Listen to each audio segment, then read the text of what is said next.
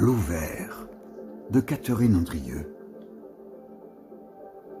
J'ai commencé là, bien sûr, dans l'épaisseur trouble de l'histoire personnelle, dans ce sol qui colle aux semelles, dans la violence première qui ne crie pas mais s'infiltre. On écrit d'abord avec ce qui fait mal, avec ce qui sert, avec ce qui empêche de respirer droit.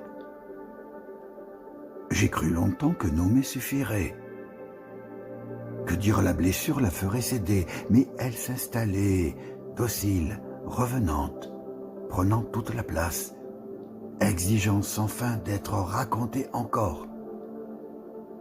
Alors j'ai levé les yeux.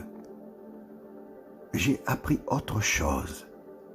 La lenteur des saisons, le langage muet des arbres, la patience immense du vivant qui ne demande aucun récit pour continuer. J'ai confié mes phrases à ce qui dépasse l'histoire humaine, à ce qui n'accuse pas, à ce qui n'explique pas. Il y a eu des matins où la mère était là, avant moi, déjà en place, indifférente et fidèle.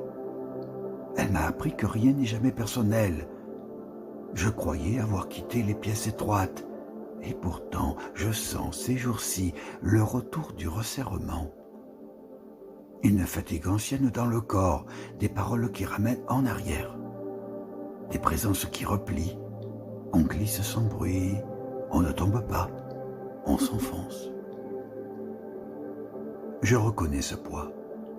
Il n'est pas spectaculaire, il est dense, il empêche l'air de circuler. Ce n'est pas la douleur qui me défait, je la connais, c'est d'oublier l'ouvert. Il faut encore choisir, se délester, écarter doucement ce qui tire vers le bas, ce qui réclame sans donner le souffle, ce qui me ramène à l'ancien récit, comme à une eau stagnante. Je ne veux pas écrire depuis la survie, je ne veux pas écrire depuis l'enfermement.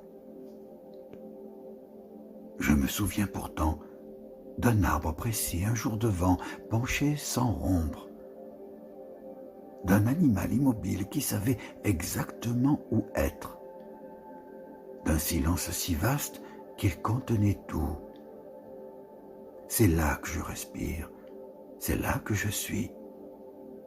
Ces jours sont sombres, oui, mais ils ne sont pas ma maison. Je me tiens encore, je fais le tri. Je marche lentement vers ce qui laisse passer la lumière, et déjà quelque part, quelque chose s'ouvre.